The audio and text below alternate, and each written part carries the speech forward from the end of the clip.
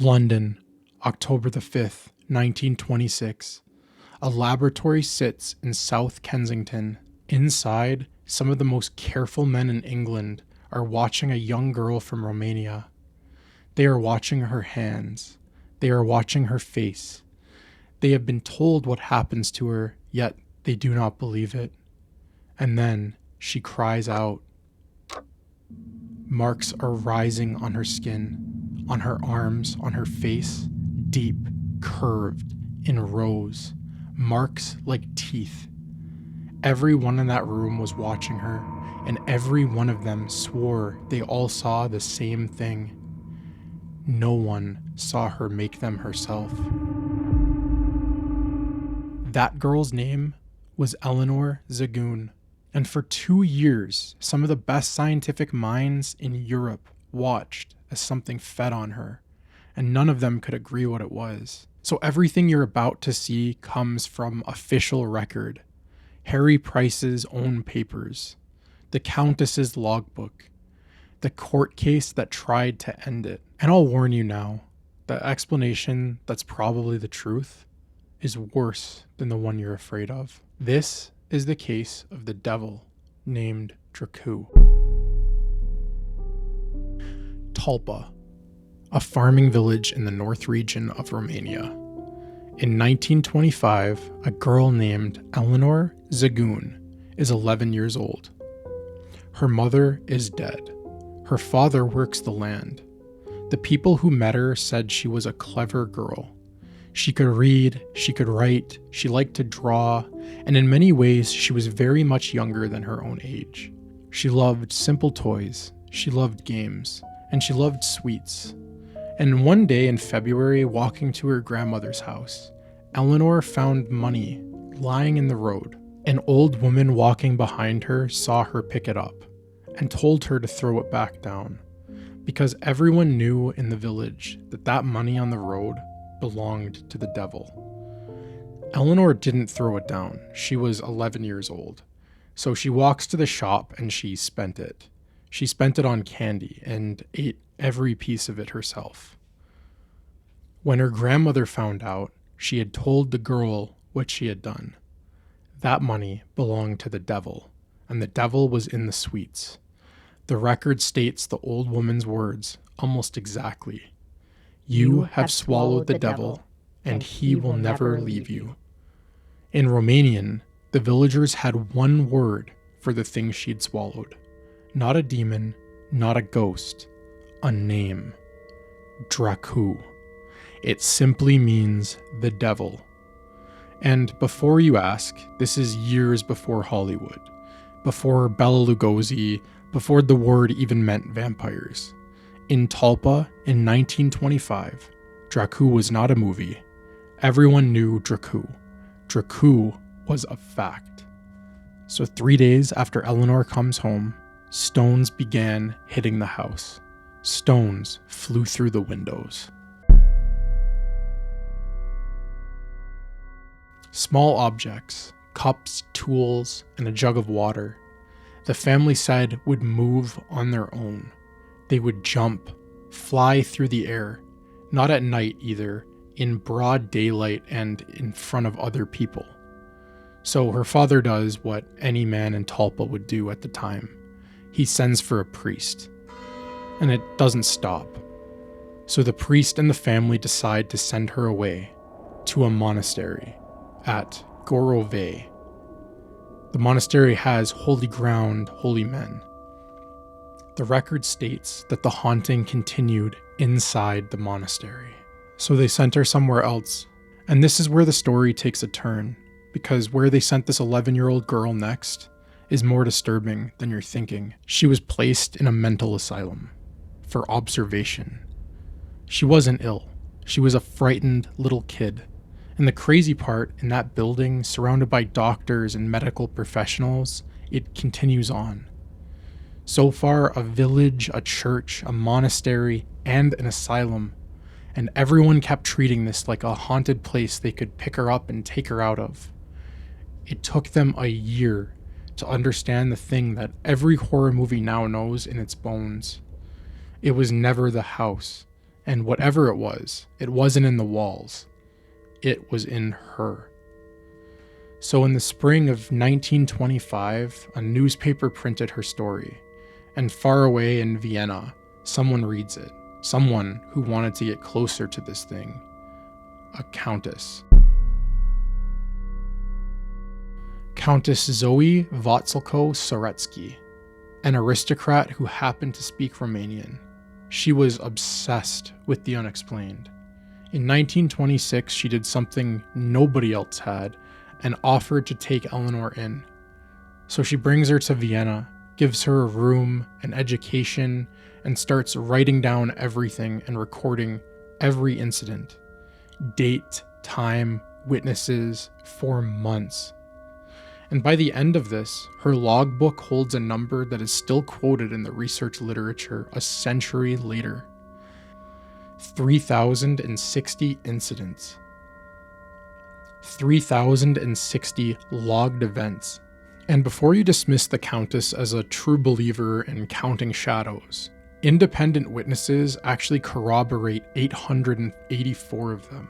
So word spreads through Europe's scientific circles, and in April of 1926, a visitor arrives at the Vienna apartment. An Englishman, a professional exposer of fake mediums, a man whose entire reputation relied on catching frauds. His name was Harry Price. Price sits down in the apartment for 3 days, and while he's there, he watches the Countess and the little girl like a hawk. On the third day, he wrote down exactly what happened while he was watching them. A steel letter opener, 10 inches long, shot across the room and struck the door. Eleanor's hands were occupied. He was watching them. The Countess's hands were also in his sight. Price wrote down that he was looking directly at both of them as it flew across the room. A mirror thrown over a partition, a heavy cloth toy sent crashing across the room. Price checked the angles, Price checked the hands. The man who unmasked mediums for a living packed his bags for London and told his colleagues he could not explain what he had seen. So he issues an invitation to bring the girl to England, bring her to his laboratory. So they were about to put Drau in a controlled environment with instruments, witnesses, and cameras. So now it's October 1926, the National Laboratory of Psychical Research, 16 Queensberry Place, London. Eleanor is now 13. She has been examined by scientists in Vienna and Berlin. She's about to become the most photographed, possessed child in the world. But something has changed since Talpa. The objects barely move anymore.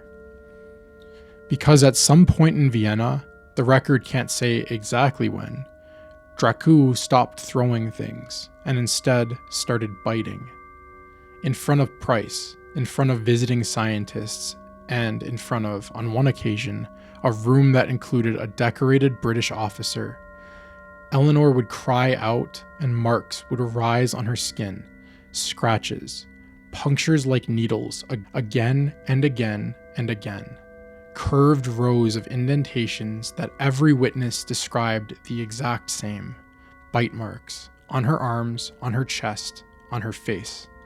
Places that some noted she could not have easily reached with her mouth. Price would also monitor her pulse, 75 at rest. The moment after each attack, 95. Whatever was happening to this girl, her body believed it.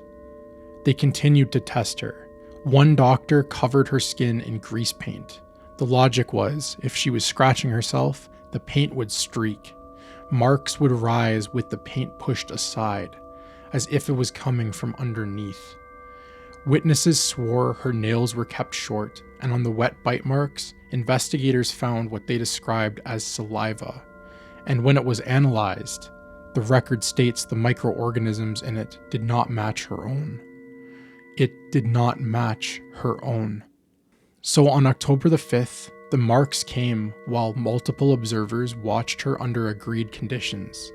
One of them, Captain Seton Carr, signed a dated statement. His words, The condition absolutely precluded the possibility that Eleanor made those marks by scratching or by any normal means.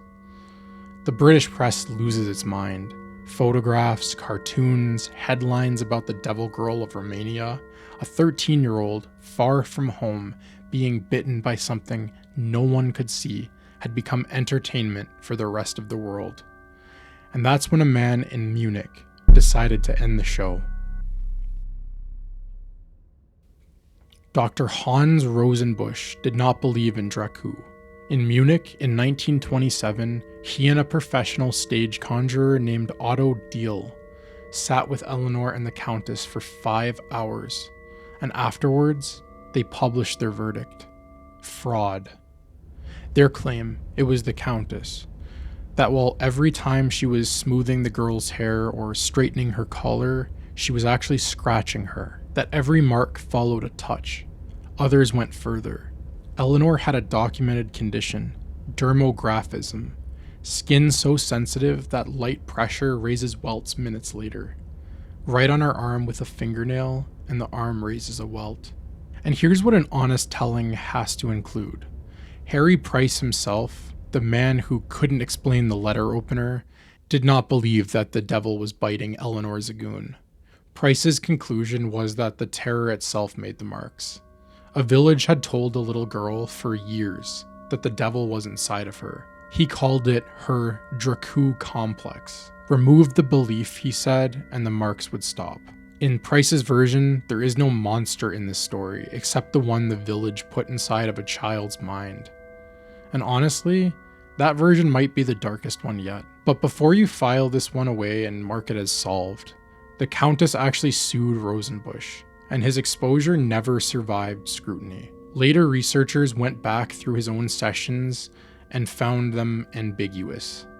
Marks he couldn't tie to any touch, quietly left out of his conclusion. The film shot in Munich shows marks rising when no hand is near her.